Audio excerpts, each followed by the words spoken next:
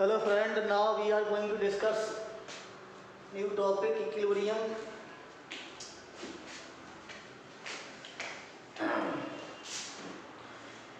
Equilibrium chapter दो भाग में डिवाइड आपका है। एक आपका केमिकल इक्विलिब्रियम,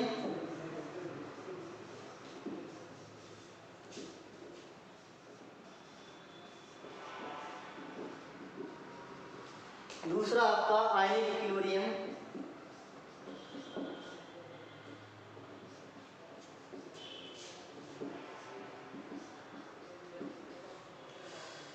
केमिकल इक्विलिब्रियम और आयनिक इक्विलिब्रियम टू पार्ट में डिवाइड है।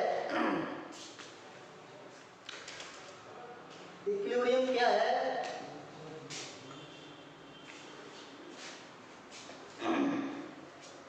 और किस रिएक्शन में इक्विलिब्रियम पाया जाता है? तो on the basis of this topic reaction divided into two types. इस टॉपिक के बेसिस पे हम केमिकल रिएक्शन को दो भाग में डिवाइड करते हैं।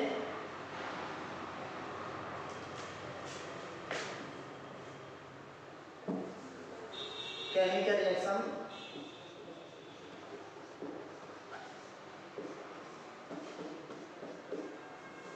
दो भाग में डिवाइड करते हैं केमिकल रिएक्शन को इस टॉपिक के बेसिस पर। एक आपका है रिवर्सिबल रिएक्शन,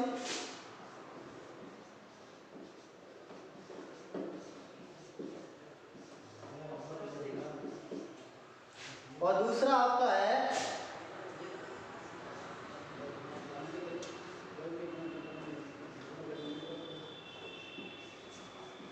इर्रिवर्सिबल रिएक्शन। इस टॉपिक के बेसिस पे two types of chemical reaction, reversible reaction और इर्रिवर्सिबल रिएक्शन।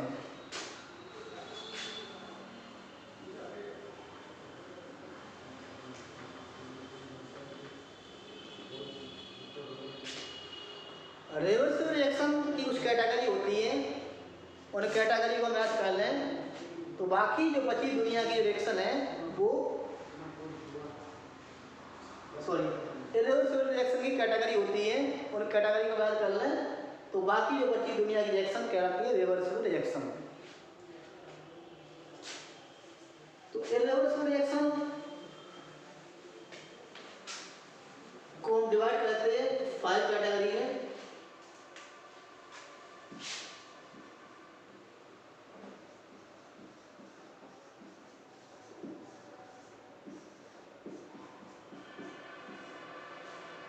पहले ये समझिए इर्रिवर्सिबल रिएक्शन क्या है। दो reaction which occurs only forward direction is known as irreversible reaction, या दो reaction in which reactant convert into product and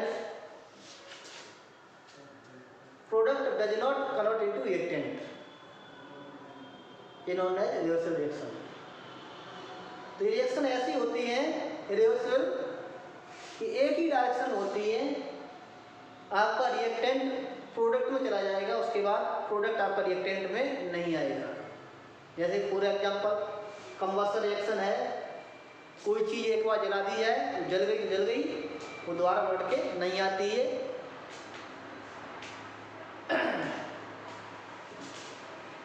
types of irreversible reaction. First category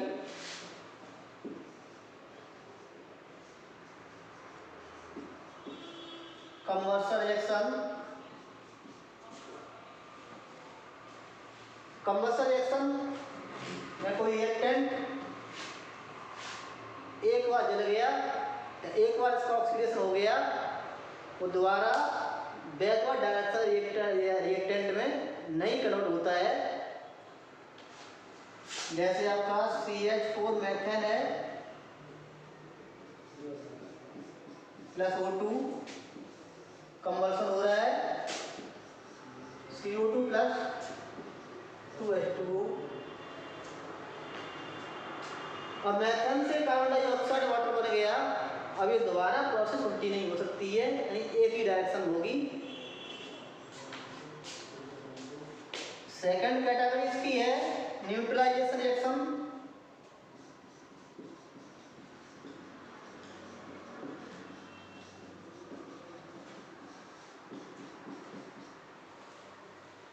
neutralisation reaction acid और base के middle होती है और सॉल्ट बनता है। तो ये रिएक्शन भी एक ही डायरेक्शन होती है, सॉल्ट बन जाता है, तो दोबारा उससे एसिड बेस नहीं बनता है, इसलिए क्या है इर्रिवर्सिबल रिएक्शन है। HCl acid plus NaOH base, ये दोनों आपस में रिएक्शन कर जाएंगे और क्या NaCl बन जाएगा सॉल्ट प्लस वाटर। रिएक्शन भी एक डायरेक्शन होगी, ये भी आपकी बैकवर्ड डायरेक्शन में रिएक्शन द्वारा नहीं होगी, तो ये भी कैसी है इर्रिवर्सिबल रिएक्शन है। और न्यूट्रलाइजेशन रिएक्शन कैसी होती है इर्रिवर्सिबल रिएक्शन होती है, और कंबशन रिएक्शन कैसी होती है इर्रिवर्सिबल रिएक्शन होती है। इसी प्रकार से थर्ड कैटेगरी है और प्रेसिपिटाइजेशन रिएक्शन।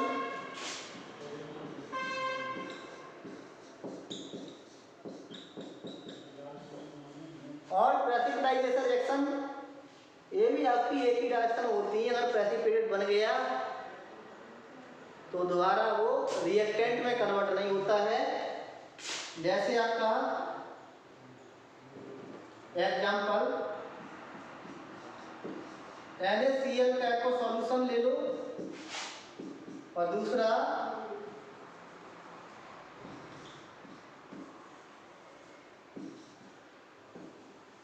AgNO3 का आपका सॉल्यूशन ले लो। NaCl का आपका सॉल्यूशन कोई कलर नहीं होगा, AgNO3 का आपका सॉल्यूशन लेंगे कोई कलर दिखाई नहीं देगा। जैसे इन दोनों सॉल्यूशन को मिक्स करेंगे तो व्हाइट PPT आ जाएगा सिल्वर फ्लोराइड का, AgCl का व्हाइट प्रेसिपिटेट आ जाएगा,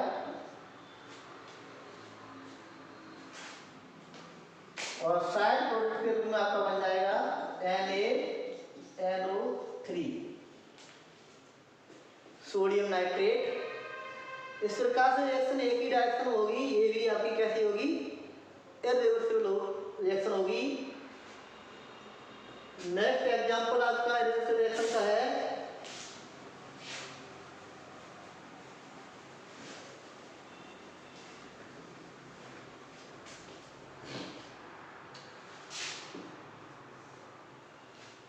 any reaction in which any product escape as a gas। कोई रिएक्शन ऐसी है जिसमें कोई प्रोडक्ट गैस के रूप में निकल जाता है, तो वो रिएक्शन भी आपकी एक ही डायरेक्शन में होती है, क्योंकि जो रिएक्टेंट निकल गया है, सॉरी जो प्रोडक्ट निकल गया है वो अब वापस लौट के नहीं आएगा, तो इस प्रकार से क्या एक ही डायरेक्शन में रिएक्शन होती है। एग्जाम्पल CaCO3 को जब हीट करते हैं तो CaO सॉलिड बनता है और CO2 कार्बन डाइऑक्साइड एयर में स्केप कर जाती है। रिएक्शन भी एक ही डायरेक्शन होती है, ये बैकवर्ड आपकी रिएक्शन नहीं होगी, क्योंकि कार्बन डाइऑक्साइड निकल गई है। बैकवर्ड कराने के लिए कार्बन डाइऑक्साइड होनी चाहिए, जो निकल गई है, इसलिए एक डायरेक्शन होती है रिएक्शन। नेक्स्ट रिएक्शन एग्जाम्पल आपका है रिडॉक्स रिएक्शन। तो रिडॉक्स रिएक्शन में हीट निकल जाती है, तो वो रिएक्शन भी एक ही डायरेक्शन होती है। एग्जाम्पल के लिए SnCl2 स्टेनस क्लोराइड की रिएक्शन FeCl3 फेरिक क्लोराइड से करा दें तो आपका बन जाएगा SnCl4 और FeCl2।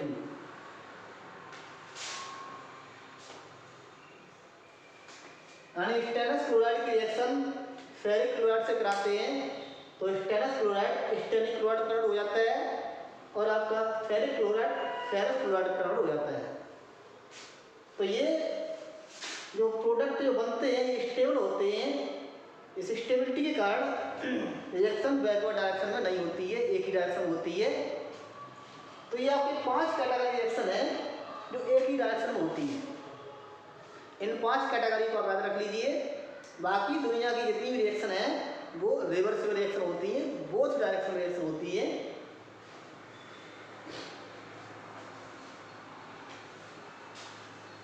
अब आइए reversible reaction.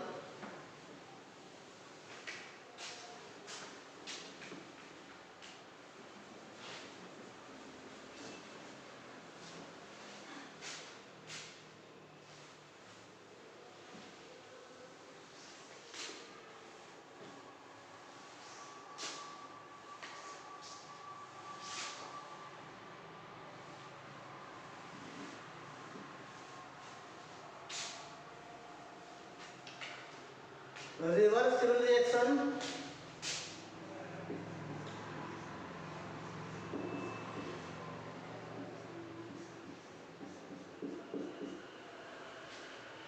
Reaction both direction होती हैं। आपका रिएक्टेंट प्रोडक्ट में जाएगा और प्रोडक्ट आपका रिएक्टेंट में आएगा। बोथ डायरेक्शन रिएक्शन होती हैं, इनको बोलते हैं रिवर्सिबल रिएक्शन। जैसे आपका H2O वाटर है लिक्विड, H2O वेपर में जा सकता है, H2O लिक्विड से वेपर और वेपर से लिक्विड, ये आपस में इंटरकन्वर्ट होती रहती है। तो दो reaction in which reactant convert into product और product convert into reactant in a same set of condition and these reaction does not complete, reaction कभी कंप्लीट नहीं होती हैं, इनफाइनाइट टाइम तक चलती रहती है। तो ऐसी रिएक्शन कहलाती है रिवर्सिबल रिएक्शन, जिसमें आपका रिएक्टेंट प्रोडक्ट में जा रहा है और प्रोडक्ट आपका रिएक्टेंट में आ रहा है। दी रिएक्शन नोन है रिवर्सिबल रिएक्शन। ये रिवर्स एरो यानी उल्टे एरो द्वारा रिप्रेजेंट की जाती हैं। वो बोथ डायरेक्शन एरो दिखाता है, ये आपका फॉरवर्ड दिखा रहा है, ये आपका बैकवर्ड दिखा रहा है। यानी ये आपका रिएक्टेंट से प्रोडक्ट बन रहा है, ये प्रोडक्ट से आपका रिएक्टेंट बन रहा है। तो जो रिवर्सिबल रिएक्शन होती है उन्हीं का स्टडी इस चैप्टर में किया जाता है इक्विलिब्रियम में। अब इक्विलिब्रिया जो अप्लाई होती है वो रिवर्सिबल रिएक्शन पे अप्लाई होती है, इर्रिवर्सिबल पे अप्लाई नहीं होती है।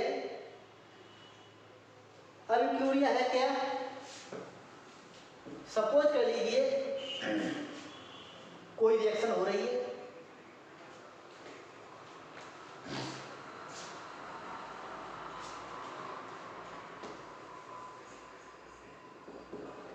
कोई पर्सन आपका ए है, ये आपका पर्सन बी है, दो पर्सन है। कोई रिएक्शन दैनिक जीवन में मान लें एक दूसरे को पर्सन मार रहे फेंक कर, इसके पास 10 स्टोन है,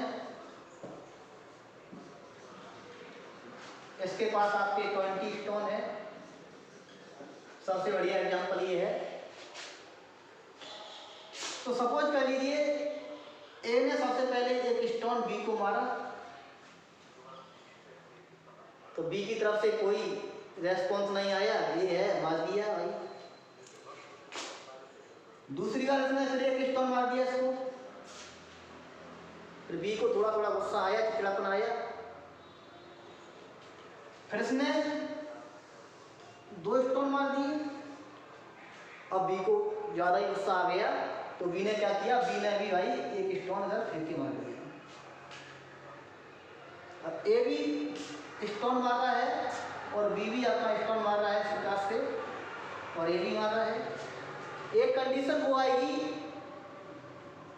भाई, रिएक्शन इधर से स्टार्ट हुई थी ए की तरफ से, यानी रिएक्टेंट की तरफ से, यानी ए ने स्टोन फेंकना स्टार्ट किए बी की तरफ, उसके बाद बी ने रेस्पॉन्स दिया है।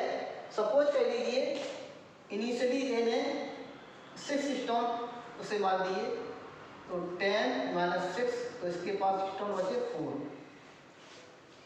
उसके बाद इसने रेस्पॉन्स दिया है, तो इसके पास टोटल इलेक्ट्रॉन कितना हो गए 20 + 4 = 24।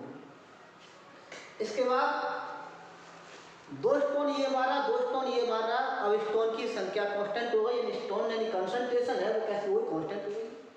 जबकि रिएक्शन चल रही है, 2 स्टोन ये मारा, 2 स्टोन ये मार रहा है, ये आपस में स्टोन स्टोन खेल रहे हैं। तो 2 ये मारा, 2 ये मार रहा है, तो यानी रिएक्शन लगातार चल रही है और आपका कंसंट्रेशन कैसी हो गई, कांस्टेंट हो गई है। तो ये स्टेट कहलाती है equilibrium state. That state eight which the concentration of reactant and product must be constant in a reversible reaction is known as equilibrium state। तो कंसंट्रेशन रिएक्टेंट और प्रोडक्ट की कैसी हो जाती है, कांस्टेंट हो जाती है इक्विलिब्रियम स्टेट पर, जबकि रिएक्शन लगातार चलती रहती है। कंसंट्रेशन यानी कंसंट्रेशन चेंज हो रहा है और वही कांस्टेंट हो रहा है। तो रेट जो होता है, आपको रेट मालूम है, change of concentration with respect to time. तो टाइम के रेस्पेक्ट से रेट चेंज हो रहा है, तो रेट कैसा हो जाता है, क्या हो जाता है, यानी rate of forward reaction equal to rate of backward reaction. Rate of forward reaction equal to rate of backward reaction. Same set of condition है, टेम्परेचर और प्रेशर की कंडीशन आपकी सेम रहेगी।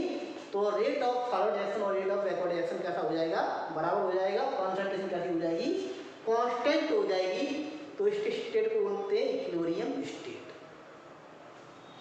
तो इक्विलिब्रिया क्या, रिवर्सिबल रिएक्शन इक्विलिब्रिया पाई जाती है। Reactant आपका प्रोडक्ट में जाता है, तो प्रोडक्ट रिएक्टेंट में आता है। ये कंडीशन ऐसी आ जाती है, जितना रिएक्टेंट आपका प्रोडक्ट में जा रहा है उतना ही प्रोडक्ट आपका रिएक्टेंट में जा रहा है। तो इस कंडीशन कांस्टेंट हो जाती है, सारी चीज़ें all measurable property of constant हो जाती है। जैसे आपका कलर है, डेंसिटी है, मोल फ्रैक्शन है, और जो भी मेजरेबल प्रॉपर्टी है कैसे हो जाती है, कांस्टेंट हो जाती है। जैसे वेपर प्रेशर है, ये सब क्या है, कांस्टेंट हो जाता है इक्विलिब्रियम स्टेट पे, और रिएक्शन चलती रहती है। यानी इक्विलिब्रियम डायनामिक होती है। देखने में ये लगेगा कुछ हो ही नहीं रहा है, एक्चुअल क्या रिएक्शन चलती रहती है, और ये कंडीशन इनफाइनाइट टाइम तक बनी रहती है। और ये इस कंडीशन में कंसंट्रेशन रिएक्टेंट और प्रोडक्ट कैसी रहती है, कांस्टेंट हो जाती है। कंसंट्रेशन कांस्टेंट हो जाती है, इक्वल नहीं होती है, कांस्टेंट हो जाती है, जबकि रेट इक्वल हो जाता है। क्योंकि चेंज ऑफ कंसंट्रेशन सेम है, तो रेट भी आपका कैसा होगा, सेम होगा विद रिस्पेक्ट टू टाइम। तो इसलिए इक्विलिब्रियम स्टेट पर कंसंट्रेशन आपकी रहती है, वो कांस्टेंट रहती है, और आपका रेट इक्वल रहता है। ये कंडीशन होती है इक्विलिब्रियम की।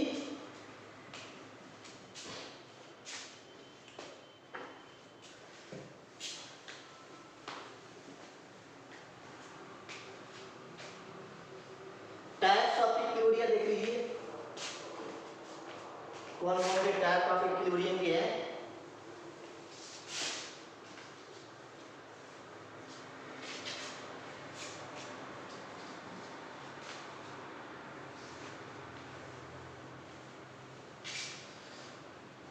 Types of equilibrium,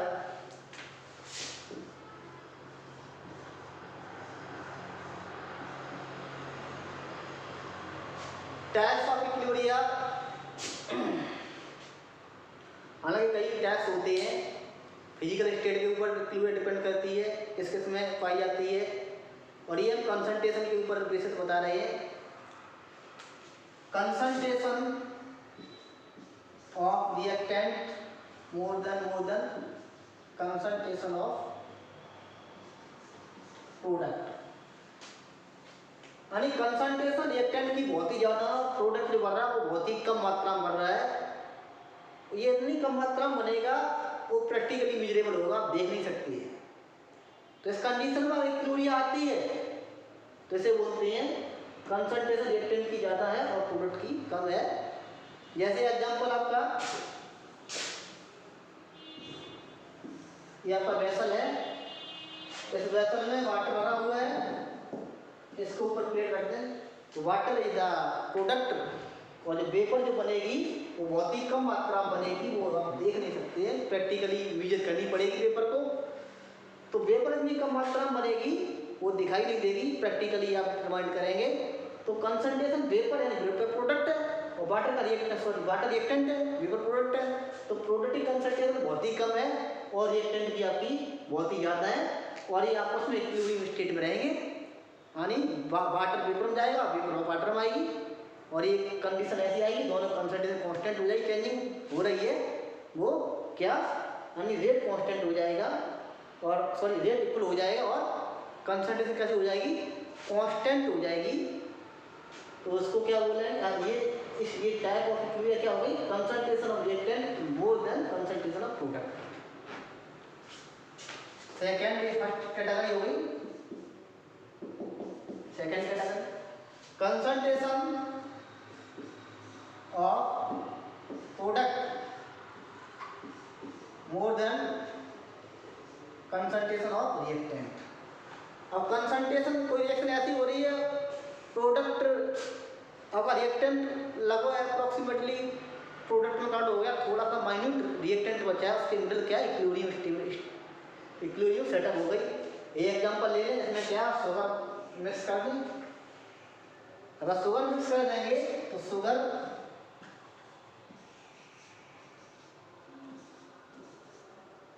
solid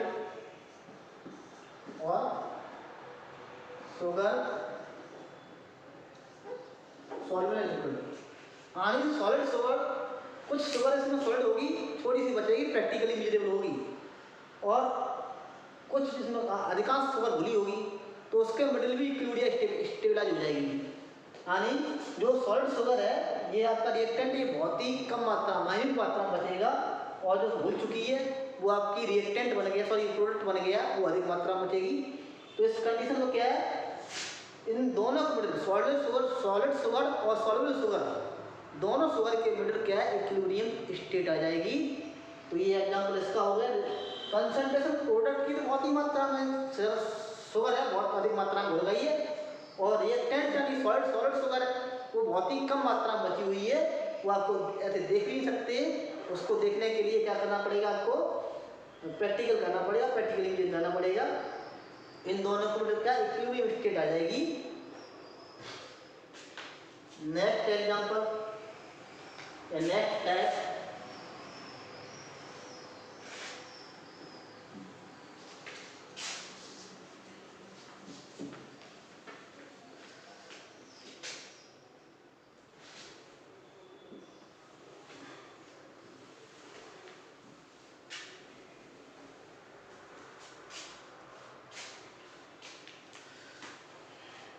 concentration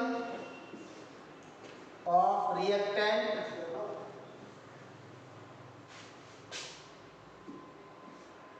approximately equal concentration of product। एक कैटेगरी होती है कंसंट्रेशन ऑफ रिएक्टेंट और प्रोडक्ट की अप्रोक्सीमेटली बराबर हो जाए और इक्विलिब्रियम स्टेबलाइज हो जाए, जिसका एग्जांपल आपका H2I2SO2HI ये आपका है। इसमें क्या रिएक्टेंट और प्रोडक्ट की कंसंट्रेशन लगभग कैसी हो जाती है, इक्वल हो जाती है। तो थर्ड टाइप्स ऑफ इक्विलिब्रियम, ये कंसंट्रेशन पे बेस्ड है, आपकी प्रोडक्ट और रिएक्टेंट की कंसंट्रेशन पे बेस्ड है। और भी टाइप होते हैं इक्विलिब्रियम के, होमोजेनियस इक्विलिब्रियम है, गैसेस के मिडल इक्विलिब्रियम स्टेबलाइज हो जाए, दो रिएक्टेंट गैस है, प्रोडक्ट की गैस है और इक्विलिब्रियम स्टेबलाइज हो जाए। जैसे PCl5 को जब डिकम्पोज होता है PCl3 और Cl2, रिएक्टेंट भी गैस आपकी है, प्रोडक्ट की गैस है और इक्विलिब्रियम स्टेबलाइज हो जाए, जैसे बोलते हैं होमोजेनियस इक्विलिब्रियम। इसी प्रकार से हेटेरोजेनियस इक्विलिब्रियम होती है। इसमें क्या होता है, एक रिएक्टेंट आपका सॉलिड होगा, एक सॉलिड होगा, दूसरा आपका गैस या लिक्विड हो सकता है, यानी डिफरेंट फेजेज होंगे, तो इसे बोलते हैं heterogeneous equilibrium. Thank you for watching.